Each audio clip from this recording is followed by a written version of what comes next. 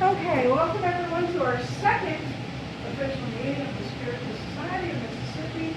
As always, we're going to start the meeting with a prayer. And since this is our beginning of delving into the Spirit's book, I have a specific prayer that we're going to use. Praise be unto thee, the spirits of our Creator. We are humble creatures, and we elevate our heart and thoughts to you. Guide us in the path of truth and instruct us in the divine precepts so that we may be afforded the fortunes of an obedient child. We call upon your divine influence, fortify our assigned incarnated spirit guide with clarity, love, and understanding. Amen.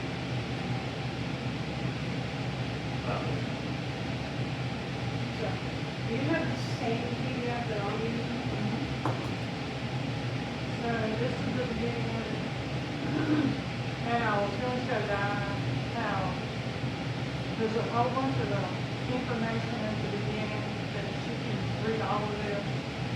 But the first meeting, we went all over Allan Kardec and what the book's about, how it was written, and we did all that in the first meeting. Then there's an introduction. There's just a whole bunch of stuff before you get to the actual work.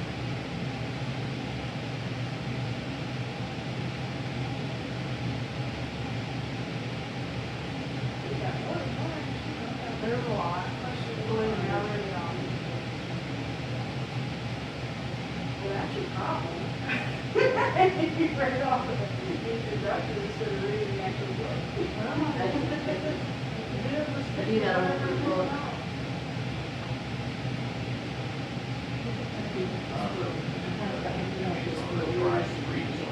Oh yeah, for me, introduction is hang on, but I won't read the book at all.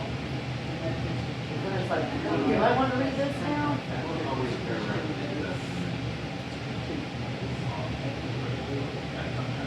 So the way the Spirit's book was written, I'll give you a brief synapse since we covered it in the last meeting.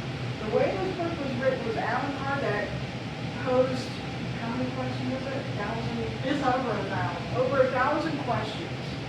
Standardized. He sent them all over the world to different mediums that spoke different languages in different countries and had their mediumship answer the questions. And then they returned them back to Allan Kardec and he comprised the Spirit book into a codified version of Spirit book.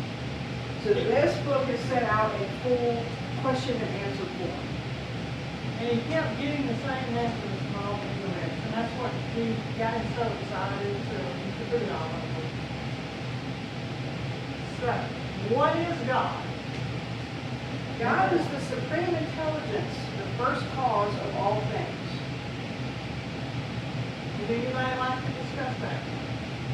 We're going to go as fast as y'all want to. Everybody good with that? Okay. What is to be understood by infinity? We have different books. Yeah, mine says what is meant to be infinite. I got this off the Facebook page that you set up. What is meant by infinite? I guess it's the same question at a different level. That which is neither beginning nor end, the unknown, all of which is unknown is infinite. Okay. I'm just gonna read all of it. Can it be said that God is infinity? A complete and incomplete definition. Poverty of human speech is incompetence to define what transcends human intelligence. God is infinite in his perfection, but infinity is an abstraction. To say that God is infinity is to substitute the attribute of a thing for the thing itself, and to define something unknown by reference to some other thing equally as unknown. Or to borrow a phrase from good omens in Evermore.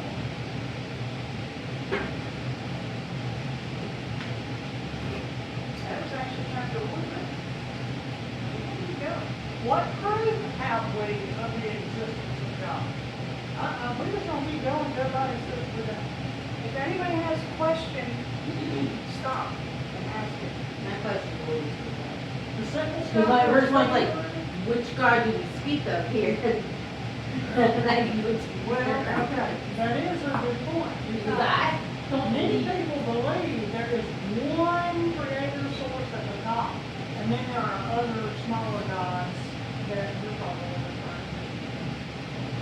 We're talking about the top We one. don't believe in The creator. Yeah, well, you don't believe in that one. Well, me personally, how I kind of categorize that is any kind of creator God, any kind of theology, generally speaking, is just formed, not one built for that particular culture. Well, all the mutual religions believe in one God, one creator God. But then there's lesser gods. Yeah, but I'm in that creator. So are you saying you're not believing in God, but you believe in creation, right? I lean more towards Gaia than I do a real God. Well, I don't think God has a real concept. Yeah. You know, the connotation of it being The male. Christian concept of God Yeah, being the a one man and I- our father, this isn't the God that we're talking about. This Not a God- problem with that. I think it's just semantics. You believe in something Correct. that created. You As just the want to call first it Gaia definition rather than stated, God. God is the first cause of all things. That's it. It doesn't have a gender, it doesn't have a motive, it is what, a big bang, the first. Okay, I understand the big thing. A common phrase I'm seeing different authors and stuff use these days is consciousness. God is the first consciousness. Okay. And I think when you get away from using maybe technology in there, maybe Allah would be the name they use. And then that's like, no, I don't believe in it, you know. I think because we've all heard of God since we were little kids, maybe we feel a little differently that the connotation of who God is, like, that's not right. Yeah. So I think we all believe in the same thing, maybe you're right, if it had different names. Different names, different things. Yeah. Even in African traditions, like in Palo, they call it Zambi. Yeah. Zambi is the creation of God, and Mukumi is Olodumare. He's like the one creator that created everything else. I remember thinking about it as every country that has a different language than ours, little Chinese children don't grow up calling their mother mom or mommy or anything like that. They have different names for them. And, you know, another language, they just all have different names, and it's the same thing with religion. So, yeah, I'm not going to call God name, but I, you know, I know what he's thinking of. That's what interesting about the whole Big Bang idea, getting going back to different cultures.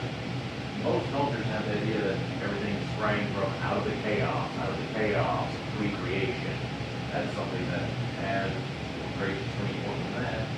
Some people say Big Bang, some people say that. That goes hand in hand there. And so we So what proof have we of the existence of God? the acts of which you apply in all your scientific research. There is no effect without a cause. Search out the cause of whatever is not the work of man, and reason will finish the answer to your question.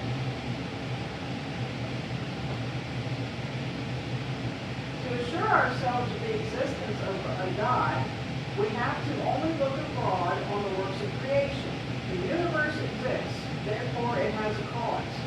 To doubt the existence of God is to doubt that every effect has a cause, and to assume that something can have been made by nothing. What is to be inferred from the intuition of the existence of God, which may be said to be the common property of the human mind? That God exists. For whence could the human mind derive this intuition if it had no real basis? The interference to be drawn. The inference to be drawn from the fact of this intuition is a corollary of the action. There's no thing about that. Yeah, no. It's spelled Mickey's right. right, Mickey's right, that. It says he. It says he, not he, yeah. There is no effect without a cause. That's another thing about spiritualism is it's very scientific. If we can't prove it through science and through common knowledge and through proof and tests and all this stuff, then it's not a belief system. So, I'm gonna rephrase number 6. So, what if we just think there's a God because somebody told us there was a God? I'll add that. If such were the case, how should this intuitive sense be possessed by your savages. Well, he just means. That's so old school Christian, sorry. Sorry. That's, well. I think I explained at the first meeting that all systems have flaws. Yeah, true. All systems have flaws because they are man-made. None of them are perfect. This is not a perfect system. So the answer to these, and you gotta remember, this was written in, 16th century France. The answer to thinking lower level spirits or uneducated spirits or savages was the Spiritism and all the African Spiritual look smarter than they thought. Right. So it has to be let in down here and stop thinking still. That's all we say. Is the first cause of the formation of things to be found in the essential properties of matter. If such were the case, what would be the cause of those properties? There must always be a first cause. Yeah, we just kind of like that. What is to be thought of the opinion that attributes the first formation of things to a fortuitous combination of matter? In other words, chance. Another absurdity. Who that is possessed of common sense can regard chance as an intelligent agent? And besides, what is chance? It is nothing. The harmony which regulates the mechanism of the universe can only result in combinations adopted in view of predetermined ends. And thus, by this very nature, reveals the existence of an intelligent power. To attribute the first formation of things to chance is nonsense, for chance cannot produce the results of intelligence. If chance could be intelligent, it would cease to be chance. What proof have we that the first cause of all things is a supreme intelligence superior to all other intelligences? You have a proverb which says, the workman is known by his work. Look around you, and from the quality of the work, infer that of the workman. We judge of the power of an intelligence by its works, as no human being could create that which is produced by nature. It is evident that the first cause must be an intelligence superior to man. Whatever may be the prodigies accomplished by human intelligence, that intelligence itself must have a cause, and the greater the results achieved by it, the greater must be the cause of which is the effect. It is the supreme intelligence that is the first cause of all things, whatever the name by which mankind may designate it, what we were just discussing. Can man comprehend the essential nature of God? No, man lacks the sense required for comprehending it. Will man ever become able to comprehend the mystery of the divinity? When his mind shall no longer be obscured by matter, and when his perfection he shall have brought himself nearer to God, he will see and comprehend him. That's another type of The first one. The inferiority of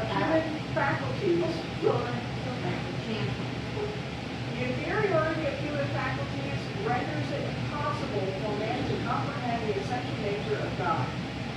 In the infancy of the race, man often confounds the Creator with the creature, and attributes the former the perfections and imperfections to the latter. But in proportion 55, his morals, in proportion 55, his moral sense becomes developed. Man's thought penetrates more deeply into the nature of things, and he is able to form to himself a juster and more rational idea of a divine being. Although this idea of that being may always be imperfect and incomplete. What is that? 55? I think that's another typo. Here, the other implying you only get that one if you're 55.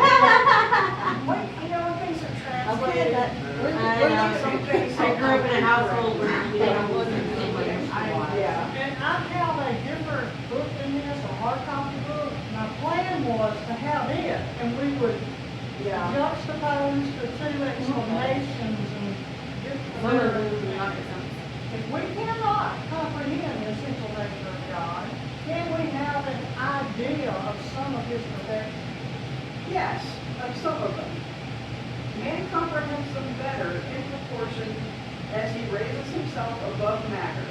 He obtains glimpses of them through the exercise of his In intelligence. other words, your own spiritual evolution. Can I ask a question here? Would it help anybody if, instead of using the pronoun is or not, if that wasn't worded that way? You know, that's what I mean, it's like the connotation isn't a male female, that most of us don't believe. But it was substitute as we did, because it really has no gender. Yeah, because, and then I noticed they use his here as well, so that is the part that I think bothers some of us. We feel like it was a real, For it. male or female, it has to be female, because females Oh, are it's smart. not females are there. So that's what I'm saying, I think it would help if they use It is very patriarchal Yes. to think that the creator would be a man. And so I'm surprised that the pronoun is used in this. I don't know how old this group is. I don't know when It's y'all old. about this. Maybe 10 years or It's something. obviously still got translation error. Oh, that's probably, you're probably right. Yeah. When we say that God is eternal, infinite, unchangeable, immaterial, unique, all-powerful, sovereignly just and good, have we not a complete idea of its attributes? Yes, judging from your point of view, because you think that you sum up everything in those terms. But you must understand that there are things which transcend the intelligence of the most intelligent man, and for which your language is limited to your ideas and sensations, has no expression for. Your reason tells you that God must possess those imperfections in the supreme degree. For if one of them were lacking, or were not possessed by it in an infinite degree, it would riot be superior? It would not be superior, it would not be superior to all, and consequently, it would not be God. In order to be above all things, God must undergo no vicissitudes. It must have none of the imperfections of which the imagination can conceive. God is eternal. If it had a beginning, it must either have sprung from nothing or have been created by a being interior to itself. It must thus map step by step. Step by step, we arrive at the idea of infinity and eternity. God is unchangeable. If it were subject to change, the laws which hold the universe would have no stability. God is immaterial. That is to say that its nature differs from everything that we call matter, or otherwise, it would not be unchangeable, for it would be subject to the transformations of matter. God is unique. If there were several gods, there would be neither unity of plan nor unity of power in the ordaining of the order of the universe. God is all-powerful because it is unique. If it did not possess sovereign power, there would be something more powerful, or no less powerful than itself. It would not have created all things, and those which it had not created would be the work of another God. God is sovereignty, just and good. The providential wisdom of the divine laws is revealed as clearly in the smallest things as in the greatest, and this wisdom renders it impossible to doubt either its justice or its goodness. I think the typos, this was probably done with an OC rigger, an OCR optical, some kind of recognition, and it didn't recognize all. Okay, pantheism, this is going to speak, well, no, that's not pantheism. Okay, is God a being distinct from the universe, or is it, according to the opinion of some, the result of all the forces and intelligences of the universe? If the latter were the case, God would not be God, for it would be effect and not cause. It cannot be both cause and effect. God exists. You cannot doubt its existence, and that is one essential point. Do not seek to go beyond it. Do not lose yourselves in a labyrinth which for you is without an issue. Such inquiries would not make you better. They would rather tend to add to your pride by causing you to imagine that you knew something, while in reality you know nothing. Put aside systems. You have things enough to think about that concern you much more nearly, beginning with yourselves. Study your own imperfections, that you may get rid of them. This will be far more useful to you than the vain attempt to penetrate the impenetrable. There's we have other more colloquial phrases for that. Pay attention to something of your own before acting of your own.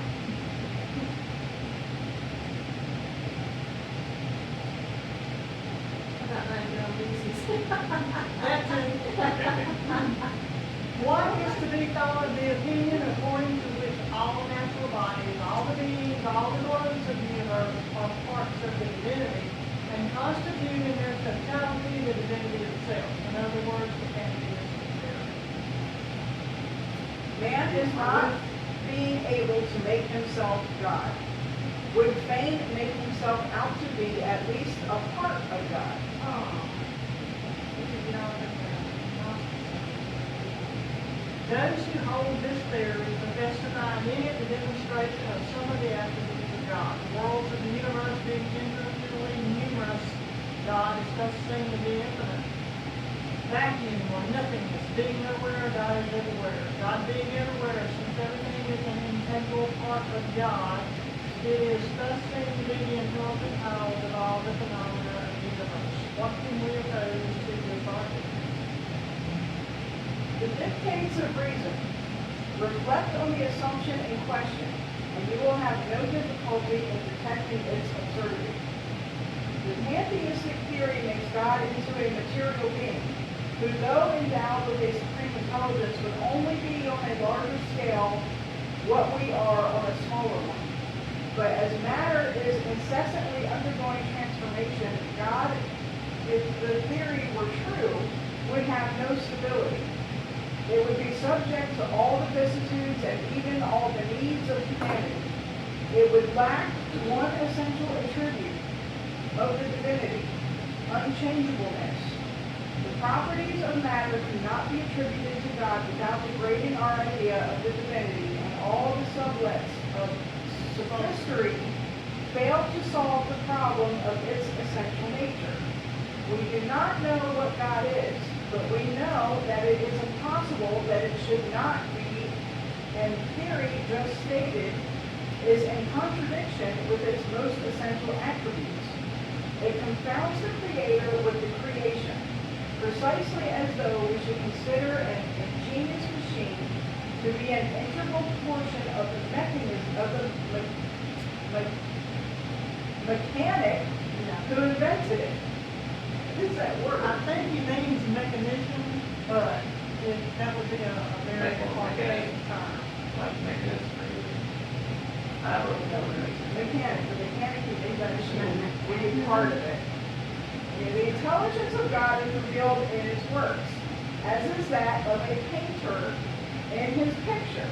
But the works of God are no more God himself than the picture is the artist who conceived and painted it. General elements of the universe. Is it given to mankind to know the first principle of things? No, there are things that cannot be understood by man in this world. Will man ever be able to penetrate the mystery of things now? The veil will be raised for him in proportion as he accomplishes his perfection. But in order to understand things, he would need facilities, faculties, which he does not yet possess. That's again speaking to your personal spiritual awakening.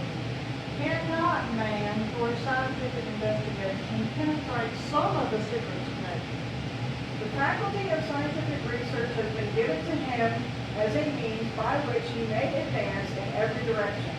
but he cannot overstep the limits of his present possibilities. The further man advances in the study of the mysteries around him, the greater should be his admiration of the power and wisdom of the Creator.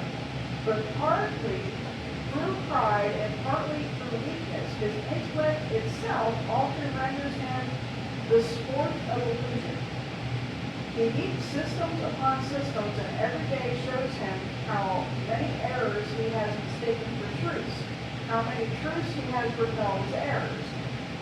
All this should be a lesson for pride. Is man permitted to receive communications of a higher order in regard to that? We're starting to get into the meat of it now. In regard to matters which, not being within the scope of his senses, his physical senses, are beyond the pale of scientific investigation. Yes, when God judges such revelations to be useful, it reveals to man what science is incompetent to teach him. It is through communications of this higher order that man is enabled, with certain limits, to obtain a knowledge of his past and his present destiny. Has matter existed from all eternity like God, or has it been created at some definite period of time? Only God knows. There is nevertheless one point which your reason should suffice to show you. Visualize that God, the prototype of love and benevolence, can never have been enacted. However far off in the past you may imagine the beginning of its action, can you suppose it to have been for a single moment inactive? Matter is generally defined as being that which has extension, that which can make an impression upon our senses, that which possesses impenetrability. Are these definitions correct? From your point of view, they are correct, because you can only define in accordance with what you know. But matter exists in states which are unknown to you. It may be, for instance, so ethereal and subtle as to make no impression upon your senses, and yet it is still matter, although it would not be such for you. What definition can you give of matter? Matter is the element which can change spirit, the instrument which serves it, and upon which at the same time it exerts its action. From this point of view, it may be said that matter is an agent, the intermediary through which and upon which spirit acts. Y'all understand? Y'all comprehend? What is spirit? The intelligent principle of the universe. What is the essential nature of spirit? It is not possible to explain the nature of spirit in your language. For you, it is not a thing, because it is not palatable, but for us, it is a thing. Is spirit synonymous with intelligence? Intelligence is essential attribute of spirit, but both merge in a unitary principle, so that for you, they may be said to be the same thing. Is spirit independent of matter, or is it only one of the properties of matter, as colors are a property of light and as sound is a property of the air? Spirit and matter are distinct from one another, but the union of spirit and matter is necessary to give intelligent activity to matter. Is this union equally necessary? Oh, that's your question. Is this union equally necessary to the manifestation of spirit? We refer in this question to the principle of intelligence abstractly considered without reference to the individuality designated by the term. It is necessary for you because you are not organized for perceiving spirit apart from matter. Your senses are not formed for that order of perception. We're talking like orbs to manifest to. We're talking we don't see, well, the majority of people don't see spirits. They don't see that shit? The majority of people do not. The majority of people. Lucky. So, it's saying spirit and matter are distinct from one another, but is the union of them necessary to the manifestation of spirit? And the answer was, it is necessary for you Because you don't perceive the spirits apart from that. Okay. That's a real key point, for people to get through their heads when we're talking about spirit. And the need for matter. It reminds me that you can feel the spirit in the people that do that, and you feel them touch you or be around you, but Some you people think they don't. hear Some them, people hear them. smell them, some Oh, the people see smell them. is a trip. So, I mean, that's a real important point, it kind of gets lost in all that language. But that's where the mediumship part comes in. Sounds a lot like when I was a kid, you didn't have the internet, didn't have the internet it didn't have the witch books online, spiritual stuff either. So a lot of the spiritual books were, I guess you say, more hippies, because Arizona is this hippie communities all over Arizona. So that's what it sounds like. That's how I learned about spirit in school. A lot of those books, because that's all I could get my hands on. Can spirit be conceived of without matter and matter without spirit? Undoubtedly as objects of thought. Do you think that's talking about when visions come to you or you hear voices? Meditating. I think that's reserved for mediums though. Like the flash of image type thing. Okay. There are then two general elements of the universe, matter and spirit. Yes, and above them both is God, the creator and parent of all things. These three elements are the principle of all that exists in the universe, the Trinity. But to the material element must be added the universal fluid, which plays the part of an intermediary between spirit and matter. The nature of the latter being too gross for spirit to be able to act directly upon it. Although from another point of view, this fluid may be classed as forming part of the material element, it is nevertheless distinguished from that element by certain special properties of its own. If it could be classed simply and absolutely as matter, there would be no reason why spirit also should not be classified as matter. It is intermediary between spirit and matter. It is fluid, just as matter is matter. It is susceptible of being made through its innumerable combination with matter under the direction and action of spirit to produce the infinite variety of things which you know as yet but a very small portion.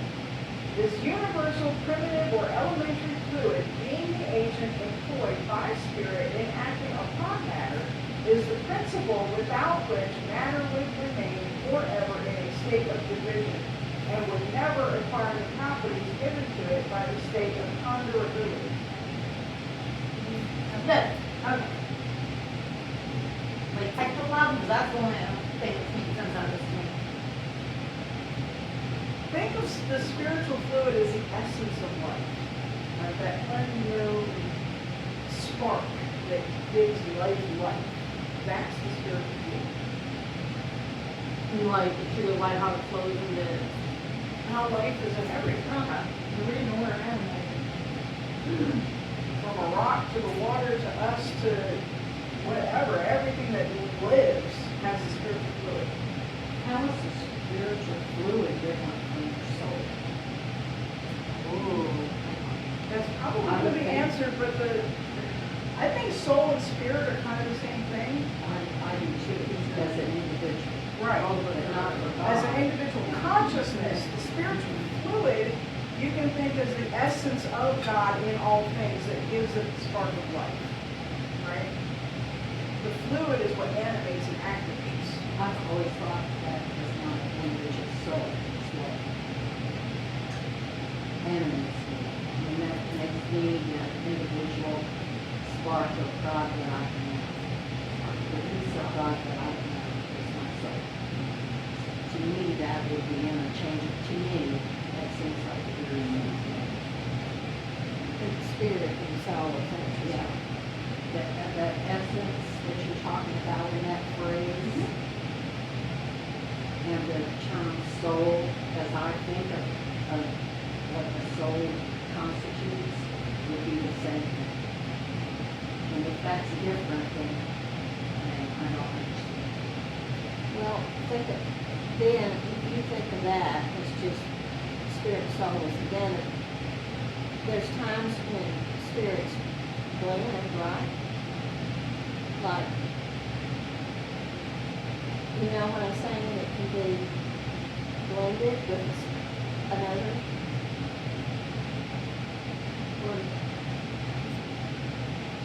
In other words, like your soul is separate from my soul. But are there times when you would think of that our spirits have touched or whatever? Yeah, I can see where we could touch, but I don't see how we could blend. We could ever blend. I am, You're always gonna be Yeah, and I will to the exist. soul. my soul exists when my body doesn't exist. Yeah. And so then I'm still, my soul is who I really, really am. Right. And I don't need this body because I'm gonna have half a dozen, 100,000 more, if I'm not one.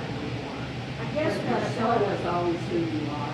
I look at spirit and soul as an intelligence, as the conscience, not necessarily as the activation. Right, your own. See, I think of spirit as Right. like an activation. Your own conscience, your own individuality, your own intelligence. Right. Your own thing you Always have, yeah. Well, that's what it's really different. But I think it's spirit maybe for all of them. And the reason is, I'm thinking of that spark we're talking about, that ignites life in anything, is spirit. I mean, it's a flowing, like, it's a fluid. If it's flowing, then that means it's everywhere. And, you know, it's everything, it's part of everything, it's part of everything. You know, it's like you're saying, we're part of everything. We're not separate. We're all part of it. Right. All the time, that can really be. Just, yeah. And so I think the Fluid is spirit is more referring to, fluid. like I said, that spark, that essence of life. Right. That gives animation and intelligence to a thing. If we were from China, we would become. Right, if you Yeah, think, exactly. if you brought the first cause, right, if God is the first cause, you think the cause would be the spiritual fluid that caused things to animate and become conscious and everything. Does that make sense? Yeah, that's why I don't think it's of the same thing as soul, because I think that we all have soul. And that's why I think that the spirit is more flowing everywhere. When, you know, when a baby is conceived and there's a spark that starts to life, that's spirit. And then they get a soul. But, yeah, see, that, it's, to me, it's a little, the connotation in my mind is a little, yes. But it is like, you know, I do Reiki, so I do think of spirit, because that's the way I think of doing Reiki. It's like, it's like connecting, jump cables to a car. The battery's dead. Wait, so when you do Reiki, you're manipulating energies, Yes, right? Yes, yes. So that would be spiritual That's spirit, fluid. yes. Right, that you're, the energy that you're manipulating, that is fluid. Right. Well, I'm talking about doing classes for that. So that's why I think of it as different Yeah. in my brain. I can separate the energy, and not consciousness, but energy is separate from From, because you're moving energy. right. You're not changing my soul or No. changing my soul to move my bodily energy or my spiritual energy.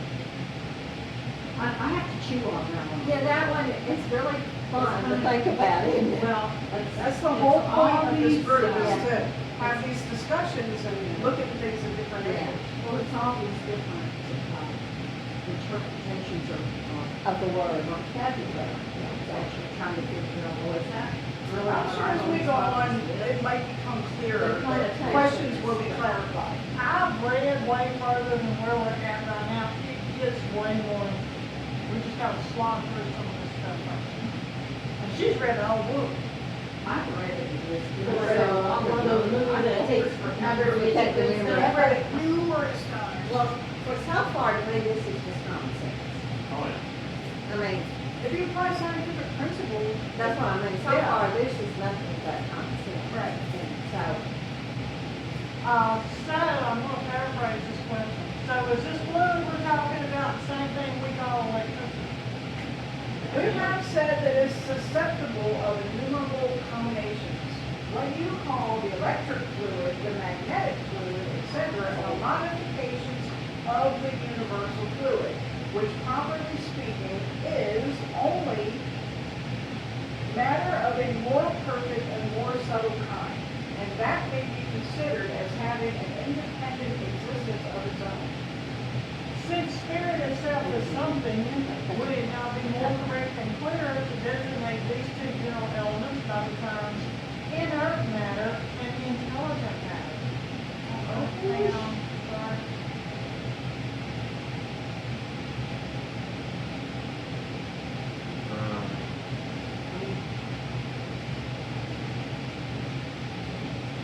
I guess I'll also think.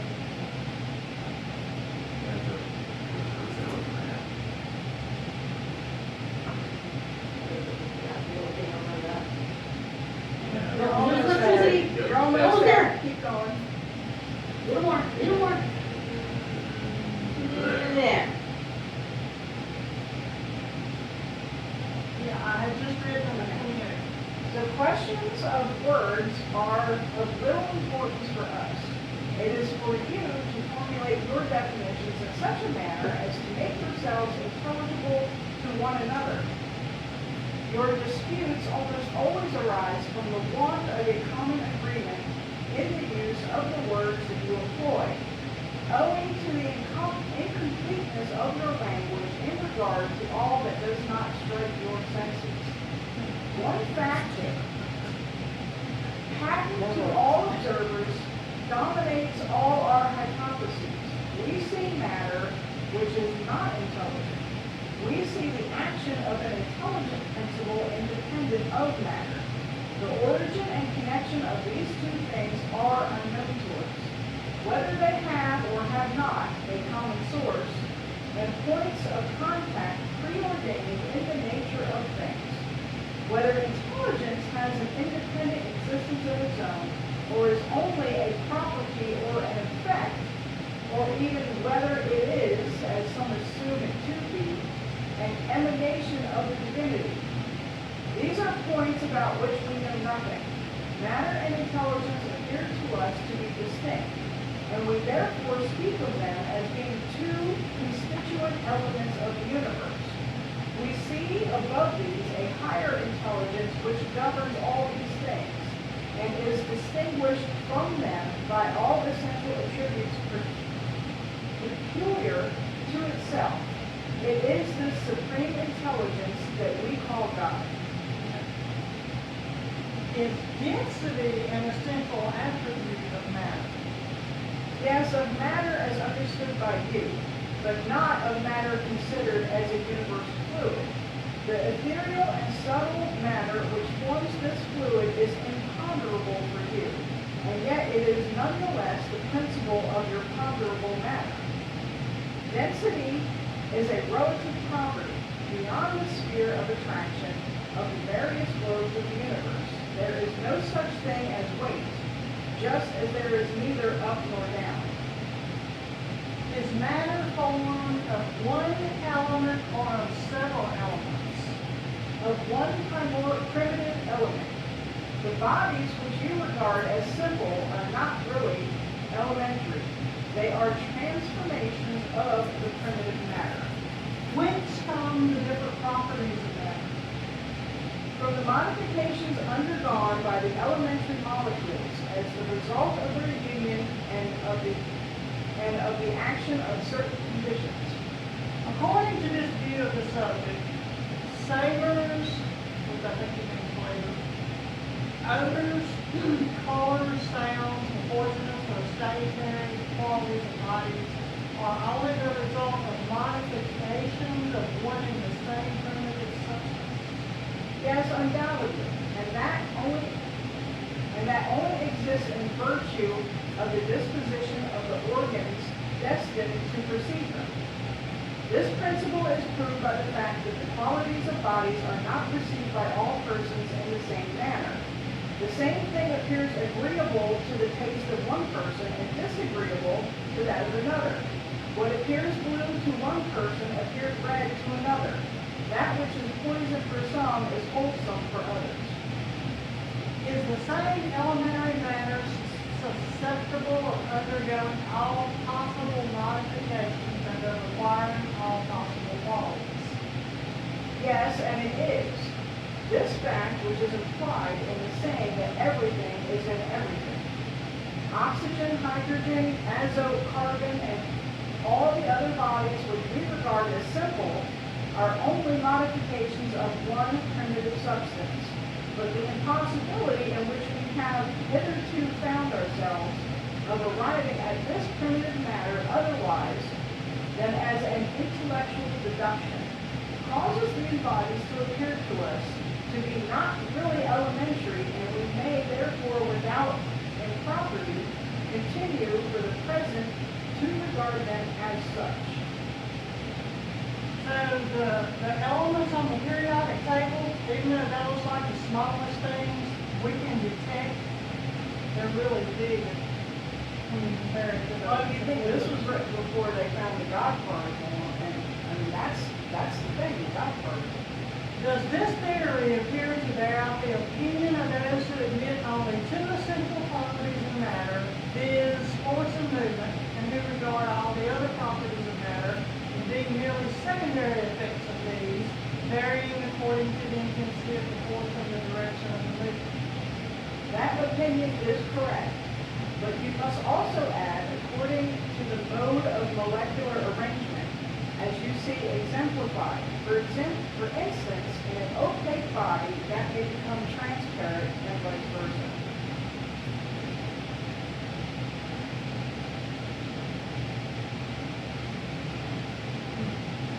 Have the molecules of matter a determinate form? Those molecules undoubtedly have a form, but one which is not appreciable by your organs. And y'all get that when you said organs, you mean your eyes, your sense of touch, senses. ears, ears here. Is that form constant or variable? Constant for the primitive elementary molecules, but variable for the secondary molecules, which are themselves only agglomerations of the primary ones. For what you term a molecule is still very far from being the elementary molecule. So is universal space infinite or limited? Infinite. Suppose the existence of boundaries, what would be there beyond that? This consideration confounds human reason, and nevertheless your reason itself tells you that it cannot be otherwise. It is thus the idea of infinity, under whatever aspect you consider it. The idea of infinity cannot be comprehended by your narrow sphere. If we imagine a limited to space, no matter how far off our thought may place this limit, our reason tells us that there must be something beyond it, and so on, step by step, until we arrive at the idea of infinity. For the something beyond the existence of which is recognized by our thought is as necessity. Were it only an absolute void, it would still be space. So does an absolute void exist in any part of space? No, there is no void. What appears like a void to you is occupied by matter in a state in which it escapes the action of your sense and instruments. And this is before the matter was Oh my discovered. God. So I was gonna say, 'cause my cousin, has an engineer in science or whatever, but we've gotten into some, good. Yeah, that was before quasars. But there and is dark a matter. particle, there's been rumor of it for a while, they've been working on that, I was just bad boy for quite a while. So, formation of worlds. Has the universe been created or has it existed from all eternity like God? Assuredly, the universe could not have made itself. And if it had existed from all eternity like God, it did not need the work of God. And reason tells us that. How did God create the universe? To borrow a well-known expression, by his will, its will. Nothing can give a better idea of the action of that all-powerful will, and those grand words of Genesis, God said, "Let there be light," and there was light. Can we know how worlds are formed? All that can be said on this subject is within the limits of your comprehension, is this: worlds are formed by the condensation of the matter disseminated in space. Are comets, as is now supposed, a commencement of condensation of the primitive matter, worlds, in the course of formation? Yes, but it is absurd to believe that the influence attributed to them, the influence which is commonly contributed to them, for all the heavenly bodies have their share of influence in the production of certain physical phenomena. Is it possible for a completely formed world to disappear and for the matter of which it is composed to be again disseminated in space, to reappear? Yes, God renews worlds as he renews the living beings that inhabit them. Can we know the length of time employed in the formation of worlds, of the earth, for instance? This is a matter in regard to which I can tell you nothing, for it is only known to the Creator, and it is foolish indeed would be the person who would pretend to possess such knowledge, or to number the ages of such formation. So, when did the earth begin to be people? In the beginning all was chaos. The elements were mixed up in a state of confusion. Gradually those elements settled into their proper places, and then appeared the orders of living beings appropriate to the successive states of the globe. Whence came the living beings that appeared upon the earth? I'm starting to feel like Shakespeare. That's what I've been thinking the whole time. I'm like, oh my God, just Shakespeare, I don't understand the whole thing. The germs of these were contained inside the earth itself, awaiting the favorable moment for their development. The organic principles came together on the succession of the force which held them asunder, and those principles formed the germs of all living beings that have peopled the earth. Those germs remain latent and inert like the chrysalis and the seed of plants, until the arrival of the proper moment for the vivification of each species. The beings of each species then came together and multiplied. Where were the organic elements before the formation of the earth? They existed, to say, in the fluidic state, in space, in the midst of the spirits, or in other planets, awaiting the creation of the earth in order to begin a new existence on a new globe.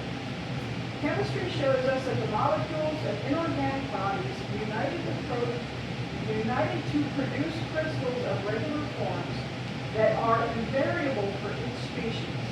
As such, as those molecules find themselves in the conditions necessary to their combination, the slightest disturbance of those conditions suffices to prevent the union of the material elements, or at least to prevent the regular arrangement of the latter, which constitutes the crystal.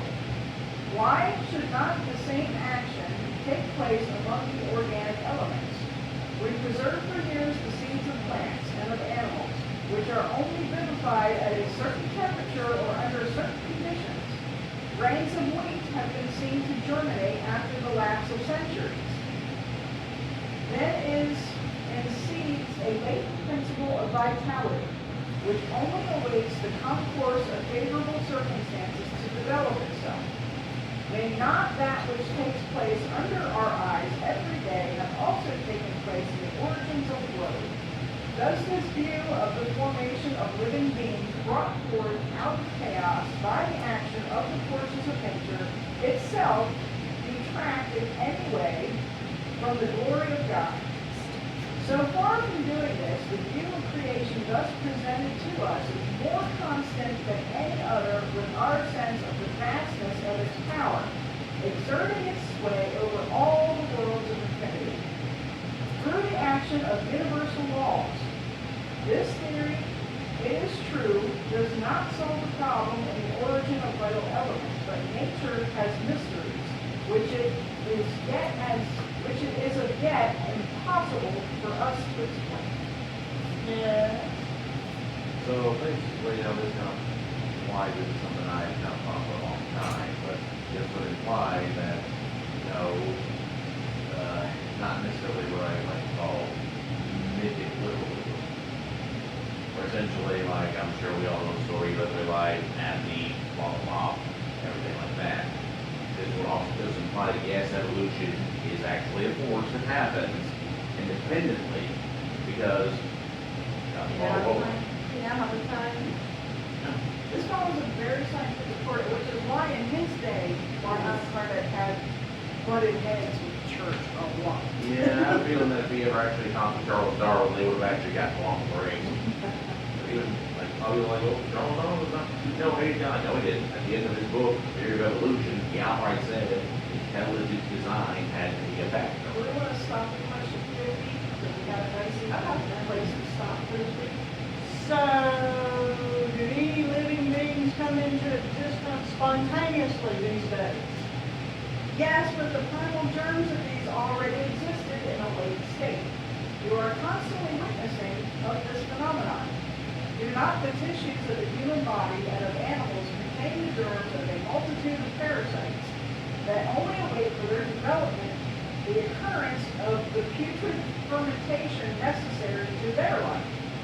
Each of you contains a slumbering world of microscopic beings in the process of creation. Was the human species among the organic elements contained in the terrestrial world? Yes, and made its appearance at the time appointed by the Creator. Hence the statement that man was formed out of the dust of the ground. When you were talking about mythic literalism, I thought about that part in Genesis, that man formed from dust. Can we ascertain the epoch of the appearance of man and of the other living beings on the earth? No, all your calculations are chimerical. Comical. Well, what it means is made up.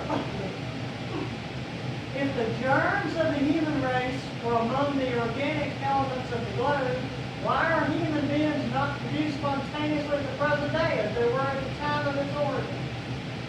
The first beginning of things is hidden from us. Nevertheless, it may be asserted that the earliest progenitors of the human race were once brought into existence, absorbed into themselves the elements necessary to their formation in order to transmit those elements according to the laws of reproduction. The same may be said in regard to all different species of living beings. So, did the human race begin with one man only? No, he whom you call Adam was neither the first nor the only man who peopled the earth. And we're going to stop there. So we'll pick up on 50 at the next meeting. Oh my God, here's where that 6,000 years for the existence came from. Well, which period is it? Cool. One more time. Yeah.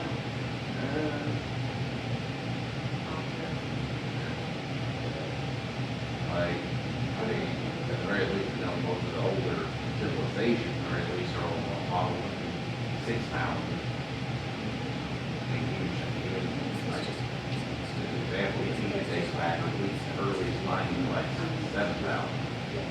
These young ones have probably not heard of this preacher, but have you two ever heard of a preacher from the 1930s, 40s, 50s named E.W. Kenyon?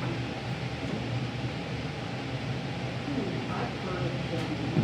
He Is it spelled K-I-N-Y-O-N? Kenyon. He practically says, we are all wizards and magicians, you just don't realize. Yeah. Well. So we'll say a closing prayer and we'll end this meeting and we'll pick up on the next one. Lord, please sustain us in our purpose of serving in your name and with the help of the good spirits. May we help others who are more in need than us.